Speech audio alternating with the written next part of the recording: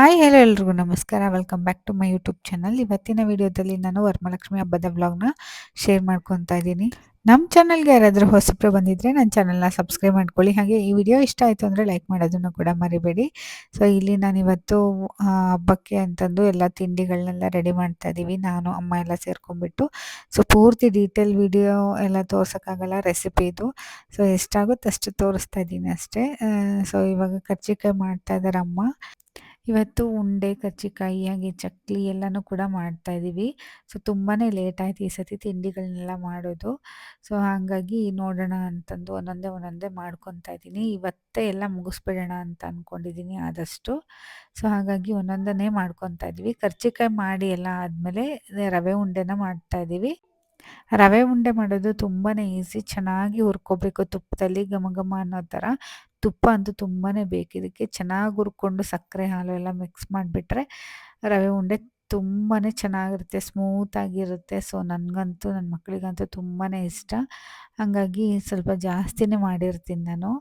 ಹಾಗೆ ಇವಾಗ ನಾನು ಬೇಸನ್ ಲಡ್ಡು ಮಾಡ್ತಾಯಿದ್ದೀನಿ. ಸೊ ರೆಸಿಪಿನ ತೋರಿಸ್ಕೊಡ್ತಾ ಇದ್ದೀನಿ, ಯಾರಾದರೂ ನೋಡಿ ಮಾಡ್ಬೋದು. ತುಂಬಾ ಚೆನ್ನಾಗಿರುತ್ತೆ.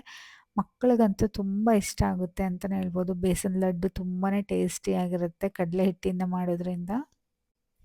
ಇದಕ್ಕೂ ಕೂಡ ತುಂಬಾ ತುಪ್ಪ ಬೇಕಾಗುತ್ತೆ. ಜಾಸ್ತಿ ತುಪ್ಪ ಹಾಕಿ ಮಾಡಿದಷ್ಟು ತುಂಬಾ ಟೇಸ್ಟಿಯಾಗಿ ಬರುತ್ತೆ.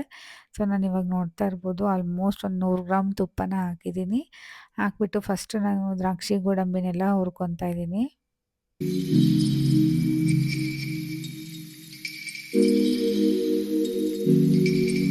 ಇವಾಗ ಸ್ವಲ್ಪ ಕಡಲೆ ಹಿಟ್ಟನ್ನು ಹಾಕ್ತಾಯಿದ್ದೀನಿ. ನಾನಿಲ್ಲಿ 1 ಕಪ್ಪು, 1.5 ಕಪ್ಪಷ್ಟು ಕಡಲೆ ಹಿಟ್ಟನ್ನು ತೊಗೊಂಡಿದ್ದೀನಿ. ಸೊ ನಿಮ್ಗೆ ಎಷ್ಟು ಬೇಕಷ್ಟು ಕಡಲೆ ಹಿಟ್ಟನ್ನು ತೊಗೋಬೋದು. ಇದು ಬಂದುಬಿಟ್ಟು ಹಸಿ ಕಡಲೆ ಹಿಟ್ಟು ಅಂತಾರಲ್ವ, ಸೊ ಅದು ಹುರ್ಗಡಲೆ ಹಿಟ್ಟಲ್ಲ, ಮತ್ತು ಹಸಿ ಕಡಲೆ ಹಿಟ್ಟನ್ನೇ ಹಾಕಬೇಕು. ಹುರ್ಗಡಲೆ ಹಿಟ್ಟು ಅಂದರೆ ಅದು ಬೇರೆ ಥರ ಟೇಸ್ಟ್ ಬರುತ್ತೆ.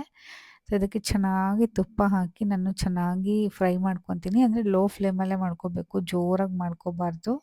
ಉರಿ ಎಷ್ಟು ಕಡಿಮೆ ಇಟ್ಕೊಂಡು ಫ್ರೈ ಮಾಡ್ತೀವೋ ಅಷ್ಟು ಚೆನ್ನಾಗಿ ಬರುತ್ತೆ. ಹಾಗೆ ಆ ಕಡಲೆ ಹಿಟ್ಟಿನ ಹಸಿ ವಾಸನೆ ಎಲ್ಲ ಹೋಗಬೇಕು, ಅಲ್ಲಿವರೆಗೂ ಚೆನ್ನಾಗಿ ಹುರಿಬೇಕು. ಅದರಲ್ಲೂ ನಿಮಗೆ ಅದು ಸ್ವಲ್ಪ ಈ ಥರ ಲಿಕ್ವಿಡ್ ಟೈಪ್ ಆಗುತ್ತೆ. ನೀವು ಫ್ರೈ ಮಾಡ್ತಾ ಅದರಲ್ಲಿ ನಿಮ್ಗೆ ಗೊತ್ತಾಗುತ್ತೆ. ಸೊ ಸ್ವಲ್ಪ ಆಯಿಲೆಲ್ಲ ಬಿಟ್ಕೊಂಡಿರೋ ಥರ ನಿಮಗೆ ಗೊತ್ತಾಗುತ್ತೆ. ಆವಾಗ ನೀವು ಅದನ್ನು ಬೇರೆ ಪಾತ್ರೆಗೆ ಟ್ರಾನ್ಸ್ಫರ್ ಮಾಡಬೇಕು. ಇದು ಸ್ವಲ್ಪ ಚೆನ್ನಾಗಿ ಆರಿದ್ಮೇಲೆ ಸಕ್ಕರೆನ ಪುಡಿ ಮಾಡಿ ಇಟ್ಕೊಂಡಿರಬೇಕು. ಆ ಸಕ್ಕರೆನ ಹಾಗೆ ದ್ರಾಕ್ಷಿ ಗೋಡಂಬಿ ಏನಾದರೂ ನಿಮ್ಗೆ ಡ್ರೈ ಫ್ರೂಟ್ಸ್ ಇಷ್ಟ ಅಂದರೆ ಹಾಕ್ಕೋಬೋದು. ಸ್ವಲ್ಪ ಏಲಕ್ಕಿ ಹಾಕಿ ಈ ಥರ ಮಿಕ್ಸ್ ಮಾಡ್ಕೋಬೇಕಷ್ಟೇ. ಸೊ ಗಟ್ಟಿ ಆಗುತ್ತದೆ ಆದಮೇಲೆ, ತಣ್ಣಗಾದ್ಮೇಲೆ, ಗಟ್ಟಿ ಆದಮೇಲೆ ನಾವು ಈ ಥರ ಸಕ್ಕರೆನ ಹಾಕಿ ಮಿಕ್ಸ್ ಮಾಡಬೇಕು.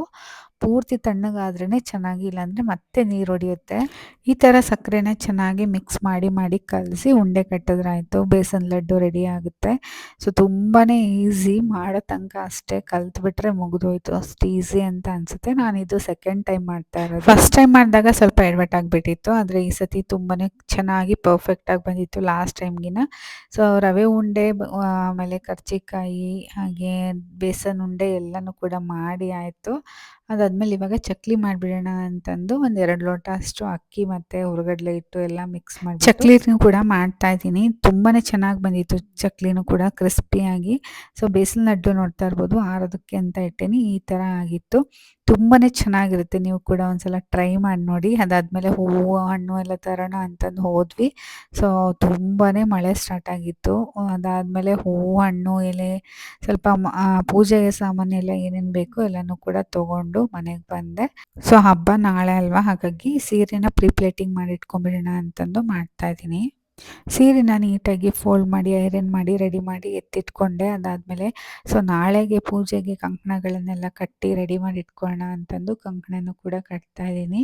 ಸೊ ನನ್ನ ಮಗನಿಗಂತೂ ತುಂಬಾ ಇಂಟ್ರೆಸ್ಟು ಈ ಥರ ಎಲ್ಲ. ಅವನು ನನ್ನ ಜೊತೆ ಕೂತ್ಕೊಂಡು ಏನೇನೋ ಮಾಡ್ತಾ ಇದ್ದಾನೆ. ಅಂದರೆ ಅವನಿಗೆ ಕಟ್ಟಕ್ಕೆ ಬರಲ್ಲ. ಸೊ ನೋಡ್ತಾ ಇದ್ದಾನೆ ಕಟ್ಟಿರೋದು ಏನಿದು ಹೆಂಗಿದೆ ಅಂತ. ಸೊ ಅವನಿಗೂ ತುಂಬಾ ಇಷ್ಟ ಕಂಕಣ ಕಟ್ಟಿಸ್ಕೊಳ್ಳೋದು ಅಂತಂದರೆ. ಅದಾದಮೇಲೆ ಅಲ್ಲಿರೋದು ಐಟಮ್ ಎಲ್ಲ ಏನು ಎತ್ತ ಅಂತ ಎಲ್ಲ ತೆಗೆದು ನೋಡೋದು, ಅದೆಲ್ಲ ಮಾಡ್ತಾ ಇರ್ತಾನೆ ಅವನಂತೂ. ಅದರಲ್ಲಿ ದೇವ್ರ ಮೂರ್ತಿ ಇದೆ, ಸೊ ಏನೋ ಗೊಂಬೆ ಇದೆ ಅಂತಂದು ಅವನಿಗೆ ಫುಲ್ ಖುಷಿಯಾಗಿಬಿಡ್ತು. ತೆಗೆದು ನೋಡಿದ ತಕ್ಷಣ ಆಟಾಡೋಕ್ಕೆ ತೊಗೋಬೇಕು ಅಂತ ಅಂದ್ಕೊತಾ ಇದ್ದ. ಅಷ್ಟರಲ್ಲಿ ನಾನು ನೋಡಿಬಿಟ್ಟು ಇಸ್ಕೊಂಡೆ, ಕೊಡೋದೇನು ಅಂತಂದು ಹೇಳಿ. ಆಮೇಲೆ ಸೈಲೆಂಟ್ ಆದ. ಸೊ ಏನಾದರೂ ನೋಡಿಲ್ಲ ಅಂತಂದರೆ ಸಾಕು, ಮಕ್ಕಳು ಏನಾದರೂ ಒಂದು ಕಿತಾಪತಿ ಮಾಡ್ತಾನೆ ಇರ್ತಾರೆ. ಸೊ ನನ್ನ ಕೆಲಸ ಎಲ್ಲ ಆಯಿತು. ನನ್ನ ಹಸ್ಬೆಂಡು ಈ ಥರ ಬ್ಯಾಕ್ ಡ್ರಾಪ್ ಎಲ್ಲ ಹಾಕಬೇಕಿತ್ತು. ಈ ಥರ ಸೀಲಿಂಗಿಗೆ ವೇಟ್‌ನ ಇಟ್ಬಿಟ್ಟು ನಿಲ್ಲಿಸ್ತಾ ಇದ್ದಾರೆ. ಹೆಂಗೆ ನಿಲ್ಸಿದ್ದೀರಾ ಅಂತಲೇ ಕೇಳ್ತಾ ಇದ್ರು ಎಲ್ಲರೂ ಕೂಡ. ಈ ಥರ ವೇಟ್‌ನ ಇಟ್ಬಿಟ್ಟು ನಿಲ್ಲಿಸ್ತೀವಿ ಅಷ್ಟೇ. ಜಸ್ಟ್ ಮಕ್ಕಳೇನು ಇಳಿದೇ ಇರೋ ಥರ ನೋಡ್ಕೊತೀವಿ. ಒಳಗಡೆ ಸ್ವಲ್ಪ ಗ್ಯಾಪ್ ಇದೆ. ಸೊ ಹಂಗಾಗಿ ಎಳೆದ್ರು ಕೂಡ ಅದೇನು ಬ್ಯಾಕ್ ಡ್ರಾಪ್ ಬಿದ್ದೋಗಲ್ಲ. ಸೊ ಹಂಗಾಗಿ ಚೆನ್ನಾಗಿ ನಿಂತ್ಕೊಳ್ಳುತ್ತೆ. ಅದಾದಮೇಲೆ ಸ್ಯಾರಿ ಎಲ್ಲ ರೆಡಿ ಮಾಡಿಟ್ಟಿದ್ದೀನಿ, ನೋಡ್ತಾ ಇರ್ಬೋದು, ಕಳ್ಸೋಕ್ಕೆ. ಸೊ ಒಡವೆ ಎಲ್ಲ ಹಾಕಿ ರಾತ್ರಿಯೇ ಈ ಥರ ಎಲ್ಲ ಪೂರ್ತಿಯಾಗಿ ರೆಡಿ ಮಾಡಿಟ್ಟಿದ್ದೀನಿ. ಹಂಗಾದ್ರೆ ನನಗೆ ಬೆಳಿಗ್ಗೆ ಒಂದು ಸ್ವಲ್ಪ ಈಸಿ ಆಗುತ್ತೆ. ಹಾಗೆ ಬಳೆ ಹಾಕೋದಕ್ಕೆ ತುಂಬಾ ಕಷ್ಟ ಆಗ್ಬಿಡುತ್ತೆ ನನಗಂತೂ. ಆ ಕೈನ ಜೋಡಿಸೋ ಅಷ್ಟರಲ್ಲಿ ಸಾಕಾಗೋಯ್ತು. ಸೀರೆನ ಬೇಗ ಉಡಿಸ್ಬಿಟ್ಟೆ, ಬಟ್ ನಂಗೆ ಬಳೆ ಹಾಕೋದೇ ತುಂಬಾ ಕಷ್ಟ ಆಯಿತು. ಅದಾದಮೇಲೆ ತಿಂಡಿಗಳಿಗೆಲ್ಲ ಈ ಥರ ಪ್ಲೇಟಲ್ಲಿ ಹಾಕ್ಬಿಟ್ಟು ರ್ಯಾಪ್ ಮಾಡಿ ಇಡ್ತಾಯಿದ್ದೀನಿ. ಹಾಗೆ ಹೊರಗಡೆ ಇಟ್ಬಿಟ್ರೆ ಮೆತ್ತಗಾಗ್ಬಿಡುತ್ತೆ. ಓಪನ್ ಇಟ್ಟರೆ ಅಥವಾ ಏನಾದರೂ ನೊಣ ನೊರ್ಜು ಏನಾದರೂ ಕೂರ್ತಾನೆ ಇರುತ್ತೆ ತಿಂಡಿಗಳ ಮೇಲೆ. ಓಪನ್ ಮಾಡಿ ಇಡೋದು ಬೇಡ ಅಂತ ಈ ಥರ ಸನ್ ರ್ಯಾಪ್ ಅಂತ ಸಿಗುತ್ತೆ. ಈ ಥರ ಫ್ರೂಟ್ಸ್ಗೆಲ್ಲನೂ ಕೂಡ ನೀವು ಫ್ರೂಟ್ಸ್ ಏನಾದರೂ ಓಪನ್ ಮಾಡಿಟ್ಟಿದ್ರೆ ಈ ಥರ ಕ್ಲೋಸ್ ಮಾಡಿಡೋಕ್ಕೆ ತುಂಬಾ ಹೆಲ್ಪ್ ಆಗುತ್ತೆ ಅಂತಲೇ ಹೇಳ್ಬೋದು. ಸೊ ಫುಡ್ಗೆಲ್ಲನೂ ಕೂಡ ಆರಾಮಾಗಿ ಈ ಥರ ರ್ಯಾಪ್ ಮಾಡಿ ಈ ಥರ ಇಟ್ಬಿಟ್ರೆ ಏನೂ ಕೂಡ ಗಲೀಜು, ಧೂಳು ಏನೂ ಕೂಡ ಆಗೋದಿಲ್ಲ, ನೀಟಾಗಿರುತ್ತೆ. ಹಾಗೆ ಫುಡ್ಡು ಈ ಥರ ಚಕ್ಲಿ, ಕರ್ಜಿಕಾಯಿ ಎಲ್ಲ ಮೆತ್ತಗಾಗಲ್ಲ, ಕ್ರಿಸ್ಪಿನೆಸ್ ಹಾಗೇ ಇರುತ್ತೆ. ನೋಡಿ, ಈ ಥರದ್ದೊಂದು ರ್ಯಾಪ್ ತೊಗೊಂಡ್ರೆ ಸಾಕು. ನಾನು ಲಾಸ್ಟ್ ಇಯರ್ ತೊಗೊಂಡಿದ್ದೆ, ಇವಾಗಲೂ ಕೂಡ ಯೂಸ್ ಆಗ್ತಾಯಿದೆ. ಎಲ್ಲ ರೆಡಿ ಮಾಡಿ ಮಲ್ಕೊಳ್ಳೋ ಅಷ್ಟರಲ್ಲಿ ನನಗಂತೂ 2 ಗಂಟೆ 2:30 ಆಯಿತು. ಆಲ್ಮೋಸ್ಟ್ ಎಲ್ಲರೂ ಮಲ್ಕೊಂಡ್ಮೇಲೆ ನಾನು ಯಾವಾಗಲೂ ಮಲ್ಕೊಳ್ಳೋದು. ಒಂದು 2 ಗಂಟೆ 3 ಗಂಟೆ ಅಂತೂ ಆಗೇ ಆಗುತ್ತೆ ಪ್ರತಿ ವರ್ಷ. ಹಾಗೆ ನನ್ನ ಹಸ್ಬೆಂಡ್ಗೆ ಮಾವಿನ ತೋರಣ, ಹಾಗೆ ಬಾಗಿಲಿಗೆ ಚೆಂಡು ಹೂವು ಎಲ್ಲ ತಂದಿದ್ದರು. ಸೊ ಅದನ್ನು ಹಾಕಿಸ್ತಾ ಇದ್ದೀನಿ. ಇನ್ನೇನು ಒಳಗಡೆ ಎಲ್ಲ ರೆಡಿಯಾಗಿದೆ. ನನ್ನ ಹಸ್ಬೆಂಡು ದೇವ್ರ ಮನೆ ಪೂಜೆ ಮಾಡ್ಕೊತಾರೆ. ನಾನು ಇಲ್ಲಿ ವರಮಹಾಲಕ್ಷ್ಮಿ ದೇವಿದು ಸೊ ಎಲ್ಲ ಮುಖವಾಡ ಎಲ್ಲ ಇಟ್ಟು ಕಳಶ ಎಲ್ಲ ಸ್ಥಾಪನೆ ಮಾಡಿ ಪೂಜೆ ಮಾಡ್ಕೊತೀನಿ.